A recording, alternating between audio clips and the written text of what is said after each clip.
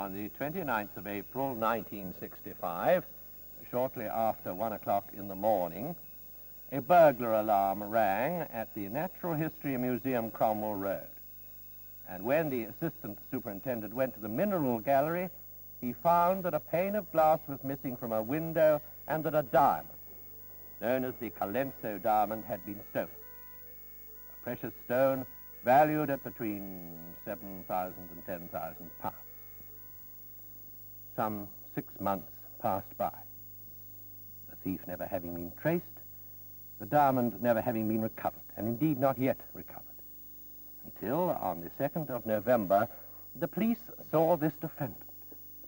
And we have heard how this defendant is the stepson of the keeper of the Victoria and Albert Museum, which, of course, is on the other side of the road, virtually opposite the Natural History Museum. This is a reconstruction of the essential evidence in a trial which took place at the Old Bailey in December 1965. The words of these actors are taken from the original transcripts of the case.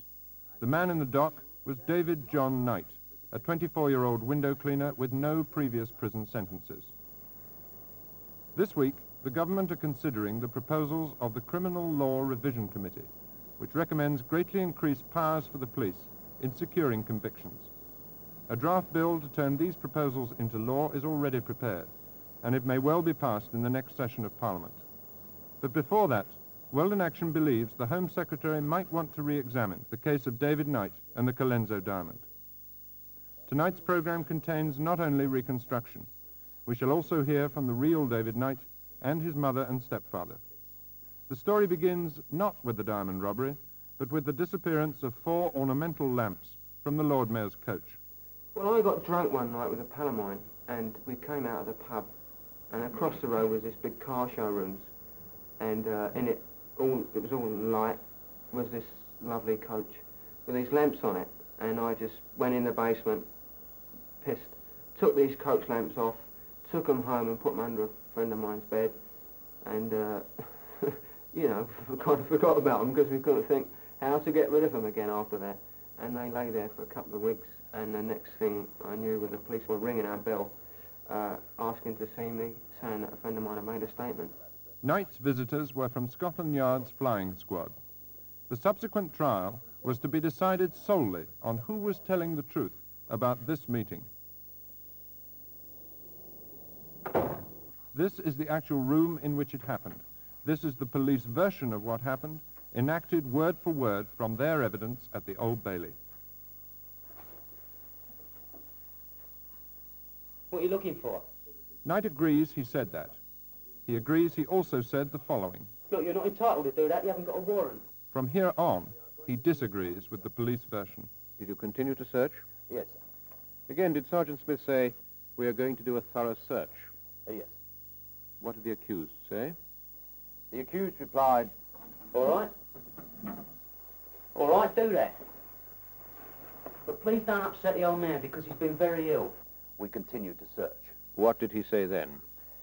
Knight said, I suppose Beanie told you that I nicked the diamond. I said, what diamond? And he said, You know which one. Sergeant Smith said, if you have stolen this diamond, then tell us what you have done with it. Did you then caution him? Yes, sir. Sergeant Smith, I think, sat on the bed and started writing in his pocketbook. That is correct, sir. What happened then? Knight said, Look, I know my law. A very old burglar has taught me all I want to know about you lot. As long as I don't sign anything, and you don't find anything in my possession, even though I admit it to you, there's nothing, absolutely nothing you can do about it. Write as much as you like. I sign nothing. Write as much as you like. I sign nothing. Now, I'd like you to look at Exhibit 3, please. Did you show him that? I did indeed, sir, yes. What did you say? I found this in the cabinet. Why have you got this? And he said, I'm interested in precious stones. The real David Knight denies he said that. So we asked him for his explanation of the picture found in his room. Yeah, but my girl bought this for me. There's no Colenso diamond on there anyway. She bought it for me when I don't know, I was supposed to have seen her one Saturday afternoon, and I just wasn't there, so she went mooching around the museum, killing a bit of time, hoping that I'd turn up. And she just, I think it was 9pence, and she just bought it in there. Odd thing to find in your bedroom. Not really, and because it isn't. There was a load of other things. They didn't, look, on the wall, there was a load of things on the wall. Well, a few things. I had a picture on the wall of some camels, you know, clumping across the desert. They didn't take that and say, look, he's fiddling about and stealing things out there as well. They took that, oh, that's beautiful. That'll do, that's lovely. I'm interested in precious stones. I said, are you sure that's all? And he said, If I was to tell you the truth, you wouldn't believe me now, would you?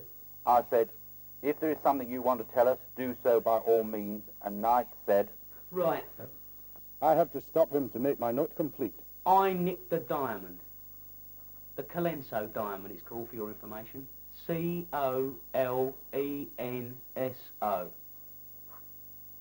But you never find it here.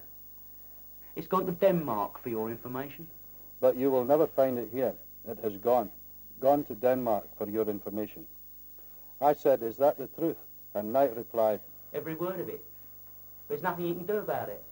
You see, I know my law. I've even convinced my old man and my mother that I was indoors here when it happened. It'd kill my old man if he knew I nicked the diamond. Did the time come when Sergeant Harris cautioned him and told him he would be charged with breaking and entering the Natural History Museum and stealing the Colenso diamond? yes, sir. Did he say anything? Yes. He replied, But I'll say I never did it. And I know you'll never be able to prove it. You see, I know my law. you see, I know my law. He was taken to Chelsea Police Station and subsequently charged and cautioned with the offence and made no reply. I want to be clear about the conversation, because you've given in evidence a considerable amount of conversation that took place, which, as I understand, is in dispute. Who was it who was making a note? Sergeant Smith made notes of all these conversations, sir. Was that in the room? As it was said, he took it down in his pocketbook. Were you with Sergeant Smith throughout that time? Yes. That's a lie, sir. You left the room twice. Knight's stepfather, described by the court as a man of great authority and respect, was also in the flat when the police called, and he supports Knight's version of events. But strangely, he was never called to give evidence. If he'd said he had never left David in that room, then I'm very sorry to say, Detective Sergeant Harris is a holy liar. There's no doubt about that. And I'm absolutely shocked to think that a police officer with the integrity that a Scotland Yard officers are supposed to have would say such a thing. When you read through that note, you and he together, was anything added to it at that time? No, sir. There, you've now told us, were already written down by Sergeant Smith in the room. That is correct, sir. And did that coincide with your own recollection of what had taken place? It did, sir, yes. Did you make that statement? Of course not, no. Did you make any statement? Not at all, not at all. No statement of any kind. I didn't make any statement at all. You see, Knight disputes the greater part of what you say were the verbal exchanges between you. At one stage you were searching, were you not? Yes, sir. And he said to you, look, you're not entitled to do that. You do not have a warrant. That's quite true, sir. And he, of course, agrees with that. You didn't have a warrant. No, I didn't, sir. You were not entitled to carry on searching. I thought I was, sir. You know now, perhaps, that you were not entitled to go on, do you? No, sir. Were you hoping to find the diamond? We were hoping to find stolen property. That was the information I'd received.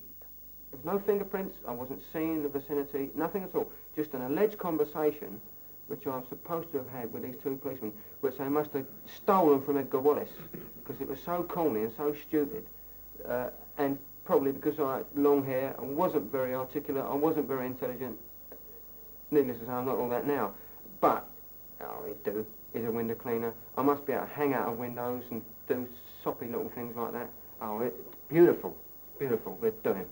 It'd do. In fact, the only information that links my client up with this is what he's alleged to have said to you and the other officer. That is so. And there's no other physical fact that links him with the case at all. No, sir. You have these verbals from him, but you don't really know, and nobody knows for certain, where the diamond is. No, sir. What do you say happened in that bedroom? In the bedroom, a lot of rabbit. Oh, what, the truth you mean, in the bedroom? Well, they came in. First I went into the sitting room. I left my stepfather at the top of the stairs. And I asked him to come with me, and he said no. So I went into the sitting room. They said, you're nicked, you're in a lot of trouble. Where's your bedroom? Nicked for what? Just said, I'm nicked. You're in a lot of trouble. You're nicked. And so, like a mug, I showed them my bedroom, and they started searching about and where is it and all this business. I said, you've not got a warrant. They said, we don't need a warrant, you're nicked. Did you have anything to do with the theft of the Colenso diamond? No, sir. You have never at any time told them that you stole the Colenso diamond? No, sir. Did you have any knowledge about it at all? No, sir. Knight's stepfather was not in the bedroom where the confession was allegedly being made, but it is a small flat and he was within earshot. All I heard from that room, and I can honestly say that was all I did hear, is when I went out into the kitchenette to get some water, and I heard that being said, where is it?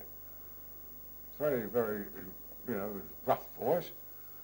And I heard David's voice very, very distinctly. Where is what? I don't know what you're talking about. And where is this funny little conversation went about? Where is it? Where's what? Says I. You know what it is. Well, tell us what it is, and maybe I can give it to you. The diamond. What diamond? It was like that sort of weird conversation going on between us. But how can anybody say, I know an old burglar's told me all about you blokes. If I don't sign anything, I can't get done for it. But the jury sit there like a load of zombies, and they, it looks a sort of little rat that would go and say a thing like that. Looks a bit furtive, because you're in the dock. And I sat down in the chair and I said, this is ridiculous, something like that. This is ridiculous. Yes, sir. I don't know anything about any diamond. How did the conversation go on generally? What happened? I think this chap came back from speaking with my stepfather and said, this looks very bad for you, my boy. And at no time was I cautioned, and I never made a statement. I wasn't cautioned at all. It was this officer who went and saw your stepfather and came back and said it looks very bad for you? Yes, sir. All of a sudden, down come Detective Sergeant Harris. I said, I'm very sorry. He said, Mr. Walpole, I presume the name is. I said, yes, that's me. He said, I've got to take Davy down to Chelsea Police Station.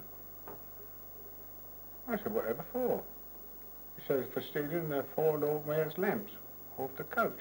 We've got his colleague anyway down at Chelsea Station, so it's all settled as far as I'm concerned about the lamps.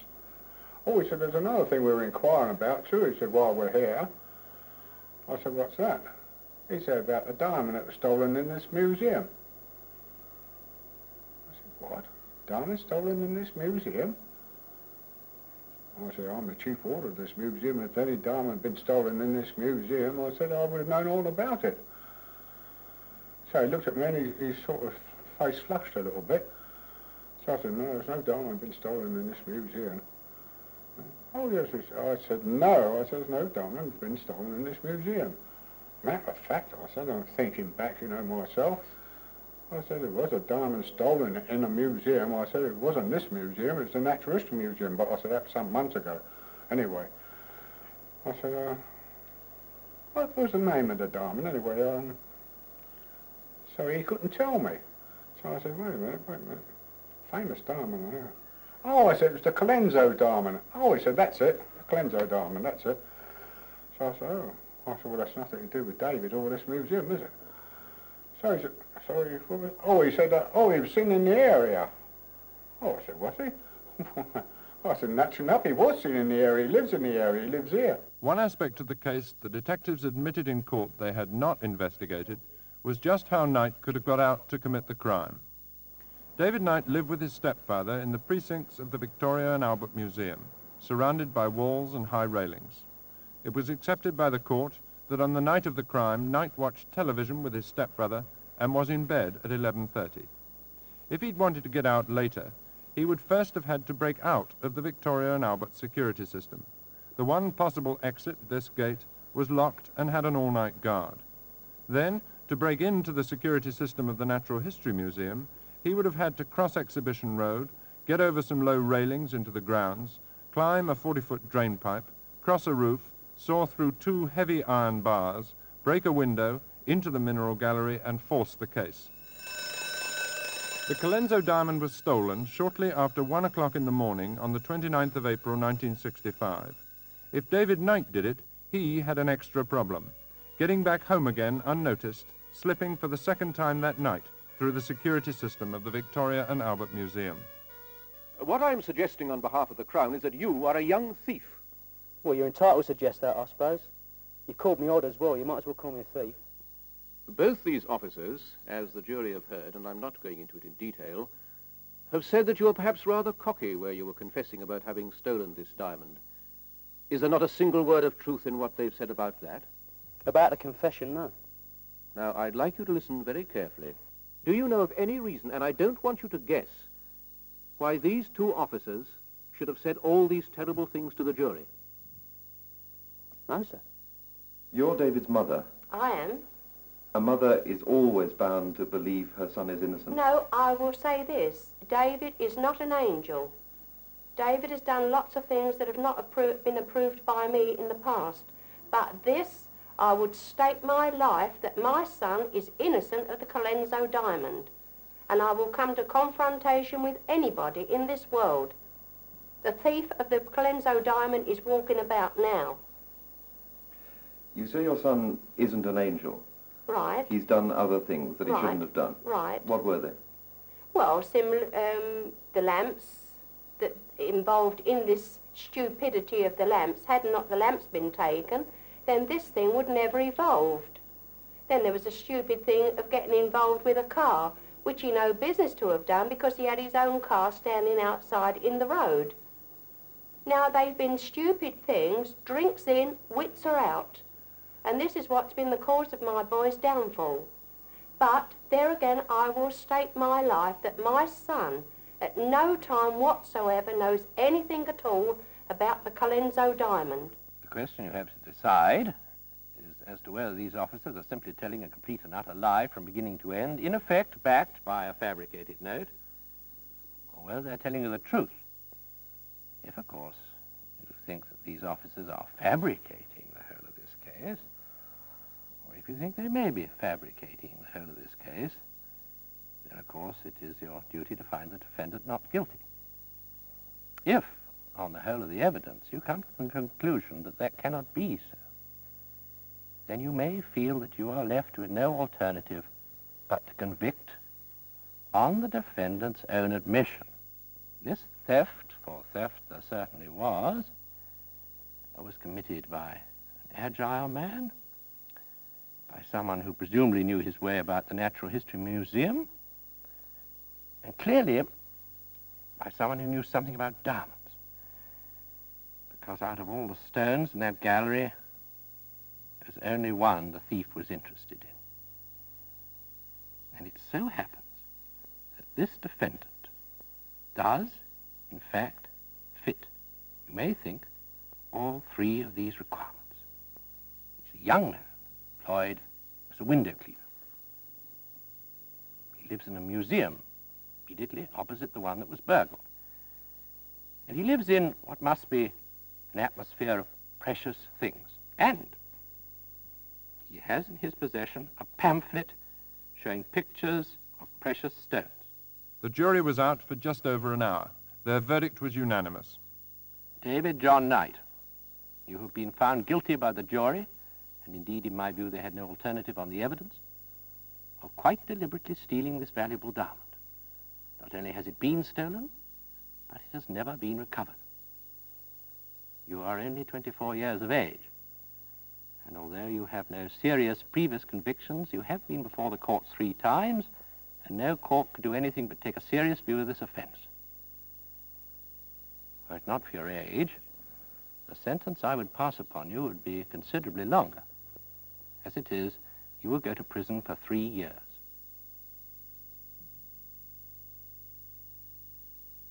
Knight was sent to Wormwood Scrubs. The charge of stealing the Lord Mayor's coach lamps, which he admits, was quietly dropped. Instead, Knight found himself starting a 3-year sentence for a crime he has always vigorously denied. On June the 22nd, 1966, his appeal was heard at the Royal Courts of Justice. At the Old Bailey, Knight's alleged confession had produced several strong points for the police and prosecution. It had explained why the police had no signed statement of confession. As long as I don't sign anything, and you don't find anything in my possession, even though I admit it to you, there is nothing, absolutely nothing you can do about it. It explained why the police were unable to supply any confirmation of that confession. I will say I never did it, and I know you'll never be able to prove it. You see, I know my law. and as the trial judge had pointed out, it made it almost impossible for the jury to find Knight not guilty without implying that 2 police officers were lying. So at the appeal court too, everything hung on that alleged confession. This is a case where the sole evidence against the applicant is one of oral confession. And it is urged that that evidence, even if admissible, and it is conceded that it is in our law as it stands, must be regarded with such suspicion that where it stands alone, it cannot be enough to support the verdict of guilty. This court is of the mind that wherever the evidence is solely of an oral confession, the case must be looked at with very great care and scrutiny indeed. This case was treated in that way. There is nothing in the summing up which can point, in the opinion of the court, to any non-direction or misdirection in any way.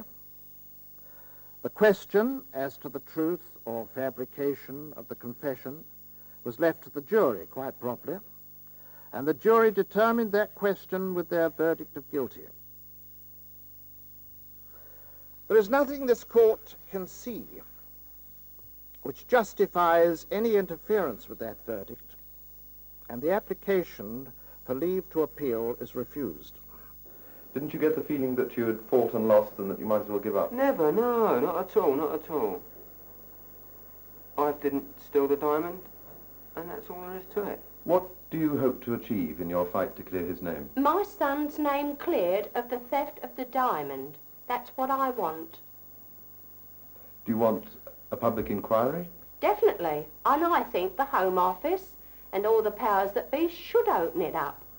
Just give me a chance for my stepfather and myself to get up in a court of law and say what really happened in my bedroom where this conversation was supposed to have taken place. That's all. Tell him your mother wants justice. David Knight has been telling people he wants justice for nearly 7 years. With his family's help, he has lobbied the press, the Home Office, the Prime Minister and the Queen.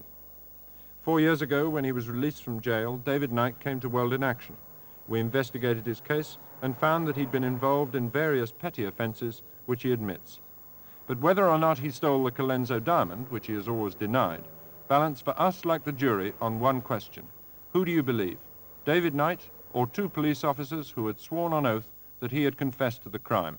In 1968, we decided we did not have sufficient basis to make a program, and there the matter rested. In the meantime, these 2 police officers had been given new postings. Detective Sergeant Harris was attached to Mitcham CID, Detective Sergeant Smith to the CID at Wealdstone, and we heard no more about them. But earlier this year, a trial at the Old Bailey re-aroused our interest. It had nothing to do with the Colenso diamond, but the man in the dock was Gordon Frederick Harris, ex-Flying Squad Detective Sergeant, a policeman for 24 years with 17 commendations. On March the 3rd, he was convicted on charges of corruption and conspiracy to make false accusations. His sentence, 6 years. He is now in Ford Open Prison. As our investigations continued, a second and separate trial came up, again at the Old Bailey. This time, the defendant was James Reed Smith, also ex-Flying Squad, and described as one of London's best thief-takers. On August the 2nd, he was convicted on a charge of conspiracy and corruption. His sentence, 2 years and 3 months. He is now in Eastchurch Prison. You've got to beat the verbal. For 7 years, David Knight has protested his innocence. Now that the 2 officers who testified against him are in jail, he wants a public inquiry into the case of the Colenso diamond. World in Action is passing all its material to the Home Office.